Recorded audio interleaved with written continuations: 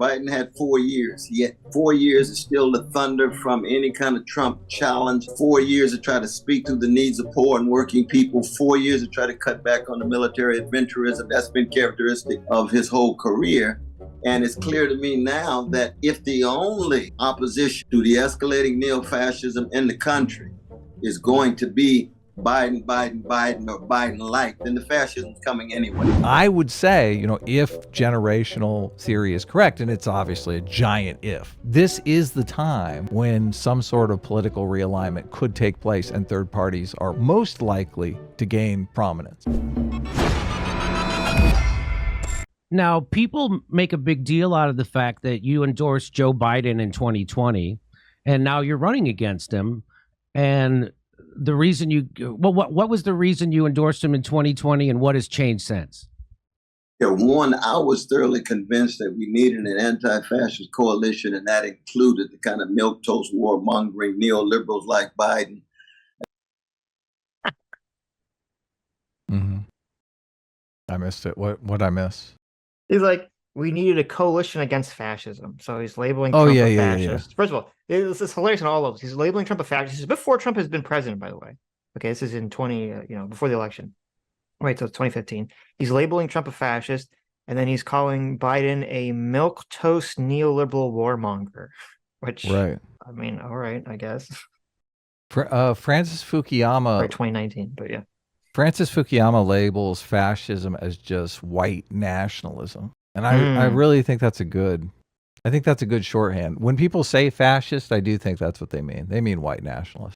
I think you are correct. I think they generally mean authoritarian white nationalist. Yeah. Yeah. Which is not accurate. They really want to say they really want to say Nazism, but it's like the label Nazi has been so overused and it's so seemingly hyperbolic that they're like, well, you can't label Trump a Nazi, so label him a fascist. Well, I know that obviously you and Dev and all the people who studied every detail of fascist philosophy are going to disagree. Dev far more than me, but right, okay. But Fukuyama backs it up with, I guess, several European countries. Just that is the definition of fascism there. So he's like, it's convenient. Okay, but they're wrong. Well, I mean, okay. That's an element of Nazism, obviously. It's a massive element of Nazism. But look, I understand that you can make that declaration. You can have that perspective. I just think it's a useful shorthand to just think of it as white nationalism. I don't, because as I said, I really think it's only used the way that I said, that they want to say he's a Nazi, but they don't want to use that label because it's been overused. So they're kind of searching for something else. And so they've landed on fascist. Right. But don't they mean white nationalists, that Trump is a white nationalist? Do you think they would object to you? If Cornel West came out and said that Trump is a white nationalist, you think they would object to that? No, but then why doesn't he just say that?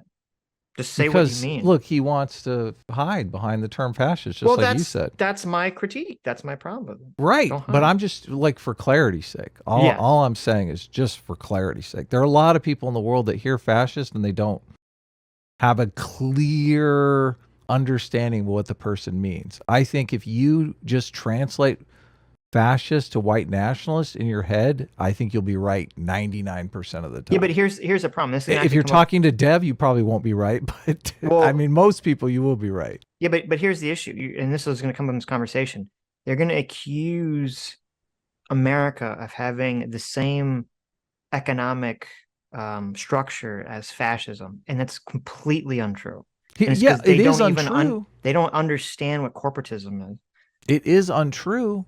But half the time, Cornel West is talking about white supremacy. Why do you think he's talking about capitalism in the context of white supremacy? Right. But that's why I'm saying these labels are important, because, and we'll talk about it when we get there, they don't understand what fascist economic policies are, even though it's ironically, hilariously enough, both Cornel West and Jimmy Dore would be far more on board with fascist economic policies than they would with capitalist economic policies. Right. Well, look, I don't want to have a long, protracted dialogue about definitions. I think that the white nationalist definition is the substance of what they're saying. I think I think when people are saying, well, you're using fascist incorrectly, fascist has this philosophical bent that you're totally missing out on. I just think it sidesteps the substance of the conversation. Well, I think okay. then you are debating definitions. You're Okay. like, no, you need to use the correct definition of fascist. This is my position on it. Okay. I'm fine if I'm having a conversation with someone and I'd want them to be clear and say, well, just say you're using the word fascist wrong. Just say white nationalist or white supremacist, whatever you actually mean by that.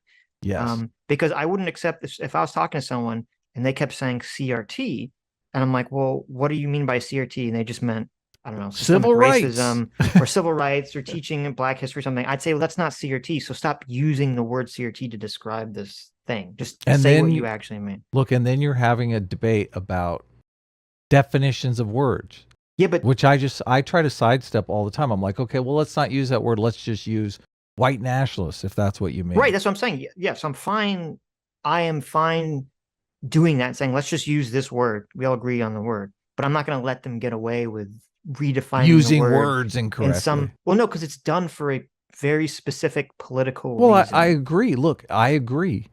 And if you want, I try to separate the debate into the two debates. I understand. There is the debate about should we be redefining words deceptively to win political arguments and for some sort of nefarious political advocation.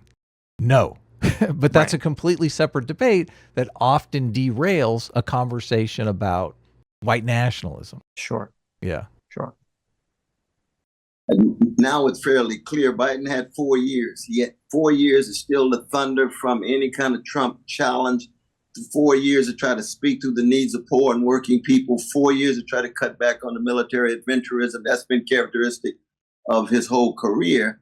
And it's clear to me now that if the only opposition to the escalating neo-fascism in the country is going to be Biden, or Biden-like, then the fascism's coming anyway. We're going to have alternative vision, alternative institutions, alternative infrastructures that has an alternative passion. And so if all we can do is produce Democratic administrations that are caretakers, postponers of the Trump or Trump-like candidates, then the fascism's coming anyway. The only way you really get at the roots of fascism is to break from the corporate duopoly, to show how the two-party system is an impediment for the unleashing not only of American democracy, but also trying to dismantle the empire in terms of the 800 military units around the world and the military budget taking 57 cents for every dollar.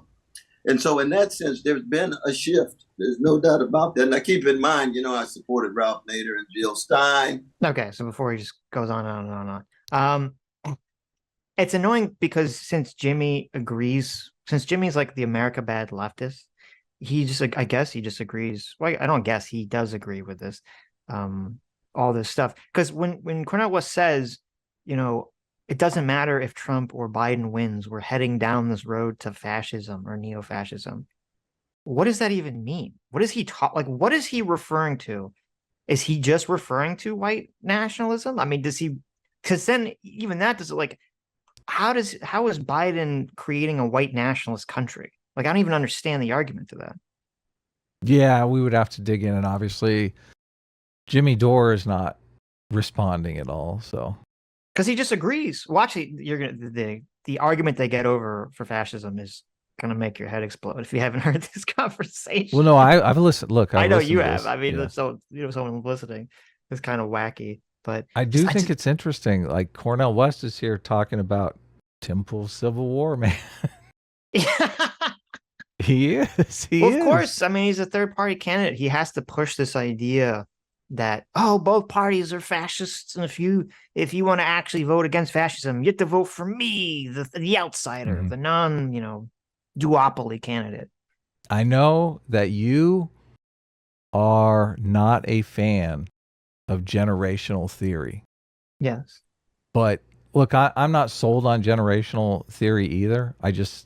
I find it interesting that at all the time periods that they had a party shift. Obviously, the Republican Party came out of the Civil War. Mm-hmm. We were in this period in the generational cycle, the conflict climax period. So I would say, if generational theory is correct, and it's obviously a giant if, like I don't know that I'd bet any money on this. This is the time when some sort of political realignment could take place, and third parties are most likely to gain prominence and displace one of the other parties. I mean, I don't know. I feel like I feel like we missed the time, which is part of why we were in this instability. Because you think 2008 was the time. 2008 was the time, and we kind of missed it. I mean, even if what you're saying is true, I mean, and I can see there are potential ways in which radical shuffling could occur, if certain things play out in certain ways. But I am more skeptical of them. I think there's no chance at all whatsoever that Cornel West or the Green Party or anything like that would end up picking up the mantle of a third party that supplants, the Democrats or something. Yeah, you would need some Obama-like figure, someone that could just come out of obscurity and everyone just instantly gravitates to. Yeah. Like, this is the guy. Like and they just know. Or Kennedy, something like exactly. to that effect. Yeah. Right. You need some hyper charismatic person like Obama or like a left-wing version of Trump or something. And I think, as much as I dislike Jimmy Dore and his position, I think he's more correct on that, which is the only way for that to occur, for a third-party candidate to actually gain some kind of traction in America, is if they came out really hard as a left-wing, not a socialist, which is, where he would disagree, but like a left-wing, kind of pro-worker individual who was very anti-identity politics and wokeness. I agree. I don't think they'd win, mind you, but I think that'd be like the best way to gain traction for a third-party candidate. Look, I think, and we're super early in the election season, I think those kinds of things are possible at this point. I was, and I realized this just yesterday. Mm-hmm. I thought, well, a good sign that America is on the wrong course is if we have 2 one-term presidents in a row. But this election, if Trump wins the primary and if Biden is still running, that literally can't happen because you've got 2 candidates that have both served 1 term, right? Isn't that crazy? I don't know if it's a good metric. I mean, you're right. That is funny and crazy. Because how often does that happen? Yeah, exactly. Yeah. So either candidate wins, and you've got someone that's been in office 2 terms. I really think, and I thought this when it happened, when we did get, 1-term presidents, when Trump was a 1-term president, I thought, oh well, they're just going to keep voting people out of office until things change, because obviously Trump was elected as a change agent, and that just didn't happen. So well, and it's funny, the lead up to the Great Depression, I think this is the only time it's ever happened. The lead up to the Great Depression, there were 3 1-term presidents in a row. Yeah, see, so how can you say that's not a good metric? Okay, maybe, I don't know. Look, it is unusual. It is very unusual. They're all the same voter party, too. They're all Republican, I think. Voter turnout is climbing steadily. Yes. Since 2008, and we've got higher voter turnout than ever. I think highest voter turnout in the last election. Obviously, it was a pandemic type situation. Well, number wise, but not percentage of the electorate wise. It's been higher. Has it? Okay. Yeah, but I mean, we're higher. We're higher than we've been in like the last 15 We or 20 are years climbing. Yes. Yeah, we're getting. We back could to be historic levels. It could be. It very well could be. Yeah. Hi, you just listened to a clip from the Sitch and Adams show. If you like what you heard, you can listen to our live show right here on this channel on Sunday, starting at 1 p.m. Pacific, 4 p.m. Eastern. And if you want, you can super chat us. We read $20 and up super chats on the show and then do a follow-up stream on the following Tuesday where we read the rest of the unread super chats and interact with fans of the show. Subscribe to this channel right here to listen to the live show or to listen to more of our awesome clips.